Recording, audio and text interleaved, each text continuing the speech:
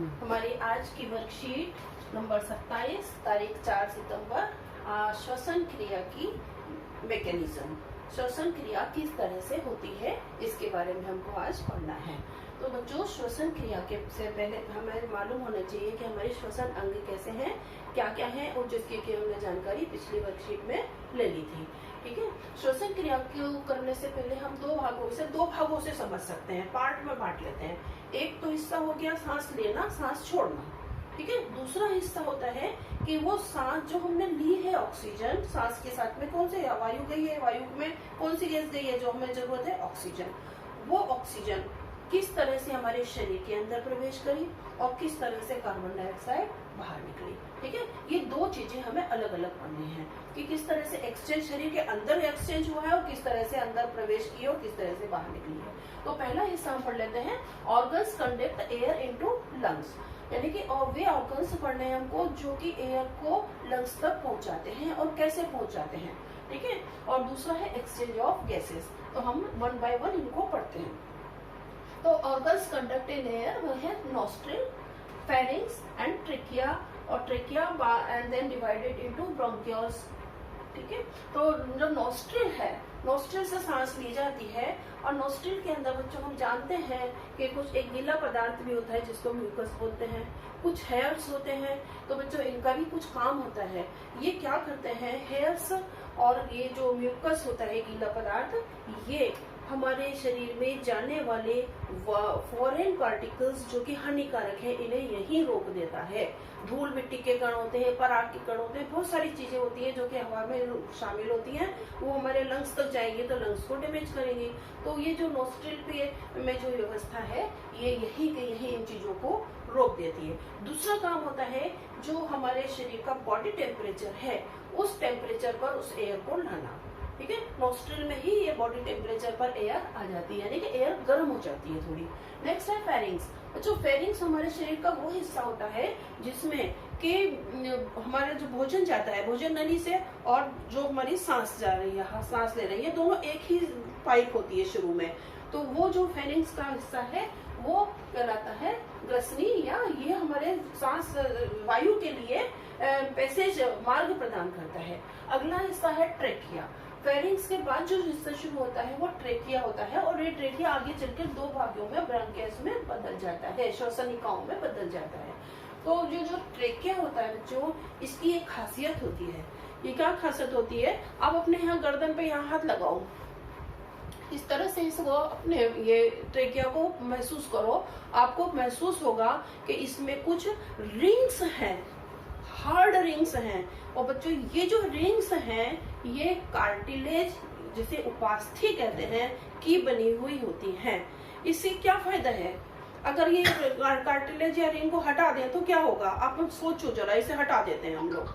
ठीक है, अब क्या हो रहा है, हम सो रहे हैं, हमारा गला दब गया, हमारी सांस रुक गई। ठीक है, हो सकता है ना ऐसा। तो इसी काम को रोकने के लिए ये हमारी ये उपास्थि की वलय है और कार्टिलेज रिंग्स हैं, ताकि हवा, हमारा जो वायु मार्ग है सांस का, वो अवरुद्ध ना हो, सांस का मार्ग हमेशा खुला रहे। इसके बाद में ये आगे दो भागों में बढ़ जाती है। अब हम पढ़ेंगे बच्चों किस तरह से हम सांस अंदर लेते हैं, इनहेल करते हैं, और किस तरह से हम सांस को छोड़ते हैं। लेने को बोलते हैं इनहेलेशन और सांस छोड़ने को बोलते हैं एक्सहेलेशन। इनहेल जब करते हैं तब जो ऑक्सीजन की गैस हमारे शरीर के अंदर जाती है, और जब एक्सहेल करते हैं तो कार्बन डाइऑक्साइड गैस हमारे शरीर से बाहर आती है। तो इनहेल के लिए बच्चों इस डायग्राम को ध्यान से देखो, ये थोरेसिक कैविटी है और ये डायाफ्राम है। ठीक है, और ये रिब्स बनाई है, और रिब्स से अटैच कुछ मसल्स होती हैं, रिब्स से अटैच मसल्स और डायफ्राम, इन दोनों का विशेष रोल है हमारे सांस को लेने में, इनहेलेशन में और एक्सहेलेशन में। ठीक है, तो सबसे पहले क्या होता है, जब हम इनहेल करते हैं, इनहेल जब होता है जब जो रिब्स के मसल्स हैं वो सिकुड़ती हैं, कॉन्ट्रैक्ट होती हैं। जब ये कॉन्ट्रैक्ट होती हैं तो ये जो डायफ्राम है, ये डायफ्राम फ्लैट हो जाता है, चपटा हो जाता है। ये चपटा पहले इस तरह से था ये, और अब ये हो गया चपटा। ठीक है, जैसे ही ये फ्लैट होता है, थोरेसिक कैविटी का वॉल्यूम बढ़ जाता है, वॉल्यूम बढ़ जाएगा। वॉल्यूम बढ़ने से क्या होगा कि एयर प्रेशर डिक्रीज होगा, और जो एयर है वो बॉडी के लंग्स के अंदर एंटर कर जाएगी। ठीक है, सांस ले ली हमने। अब सांस छोड़ते समय क्या होता है, वही मसल्स जो थी, जो कॉन्ट्रैक्ट हुई थी, वो अब रिलैक्स हो जाएंगी।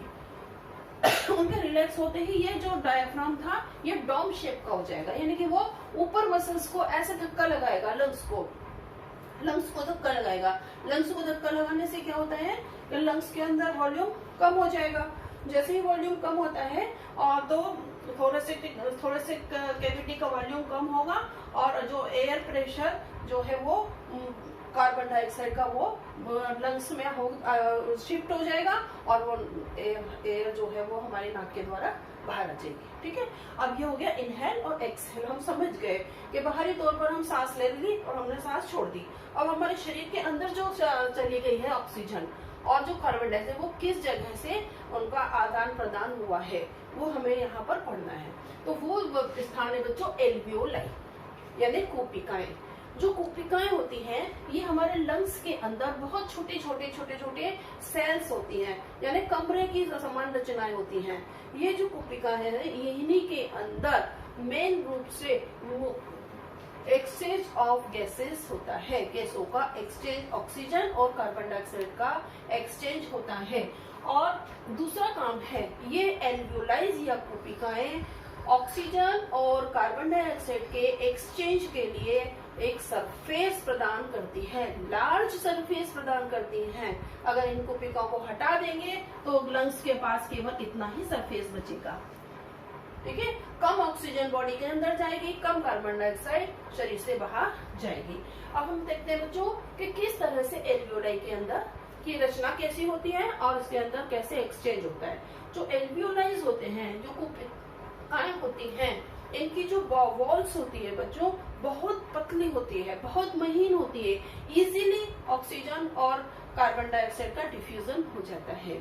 ठीक है, इनकी जो वॉल्स, इनके ऊपर बहुत सारी एल्वियोलाइज के ऊपर बहुत सारे ब्लड वेसल्स का नेट होता है, जाल बिछा हुआ होता है और इन्हें कैपिलरीज कहते हैं।